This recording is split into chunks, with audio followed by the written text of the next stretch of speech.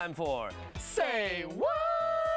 Okay, so, every once in a while we'll hear that the dictionary is adding some new words. Okay, what you got? Well, this happened last week, 566 new words. What? And revised definitions, 2,200 revisions. What?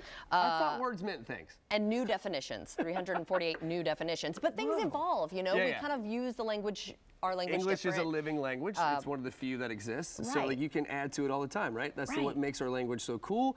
Also, one of the things that makes it so difficult, right? Right, so you exactly. You can create words on the fly, and as long as we use them, they become real. Well, let's talk about some of the words. What you got? In the health and wellness category, defined decision fatigue is mental and emotional exhaustion resulting from excessive or relentless decision making, especially a cumulative effect of all the small Our EP upstairs, that's Justin. Oh, I feel this. I feel this. And being a Libra,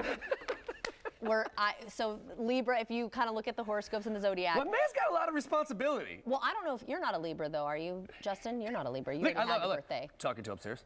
Yeah, he's an Aquarius. But my husband and I are Libras, and it takes us like an hour to decide what we're going to eat for dinner because Libras are known to be indecisive. So I deal with that fatigue a lot. I'm like pizza, done. So easy. What's your sign again? Aries. Okay. Yeah. Are you hard-headed? I don't know, it can be. I'm like pizza now. Right, we're doing it now, and no negotiating. No, okay. Stress eating was added. That's real. I think everyone pretty much knows what that means, right? But that was actually added as a dictionary word. Okay. Greenwashing, crypto-fascism, and nepo baby were also. Crypto-fascism. That's cool. I like that one. And then nepo baby. Yeah, like nepotism. Yeah. That one I'd never heard of, though. You've never heard of nepo baby? I've heard of nepotism, but not nepo baby. No, I guess that's kind of gotten in the lexicon here of late. Okay, lexicon, good word. So dictionary.com had a large word update like this in February when it added definitions of words like, or phrases like petfluencer, like a pet influencer. Because some the pages are just the animals. Like if you had, a Victor page J. Bubba for Chunks, your, like the dog, whatever. Yeah. That just seems like too much work. I already have too many logins. I mean, I just can't. That's exactly what I thought about it too. I'm like, what is happening here? Why are there dogfluencers? Yeah. All right, whatever. So kind of interesting there. I thought that was, so just go ahead and Google it up and see what other words there are. Get your Google on. Maybe that should be, is that a verb yet? I think it is.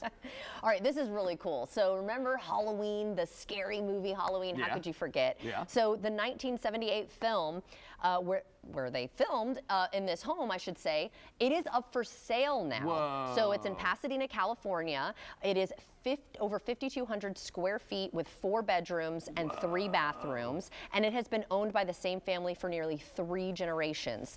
So as of Sunday, the house was listed just under $1.8 million. Really? Wow. Yes. I mean, I would buy it if I had the money. I love movies, scary movies.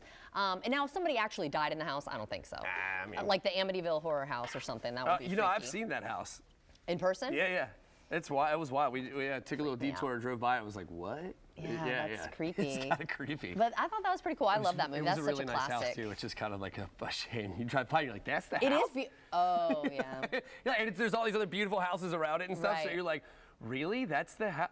Yeah. All right, real quick. So new research shows that beer actually has more gut health benefits than trendy foods. Did you hear that? What?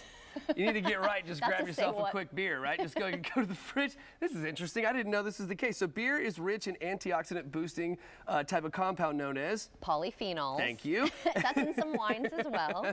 And when paired with the brew's fiber content, it shows the potential to enhance the development of a healthy gut microorganism through probiotic mechanisms. That's pretty cool. I didn't know that. That's pretty interesting. Yeah, and they're trying to come out, or they think we should come out with health beers that have little to no alcohol, but additives that are healthy. So it's just like what George Washington and them used to drink back in the day so they didn't get poisoned from putrid water. Oh, well, there you go. Learning a lot today. All right, so, it is time for one of my favorite franchises. Ready? Yes. David will do it. Are you ready? Yes. Well, actually, David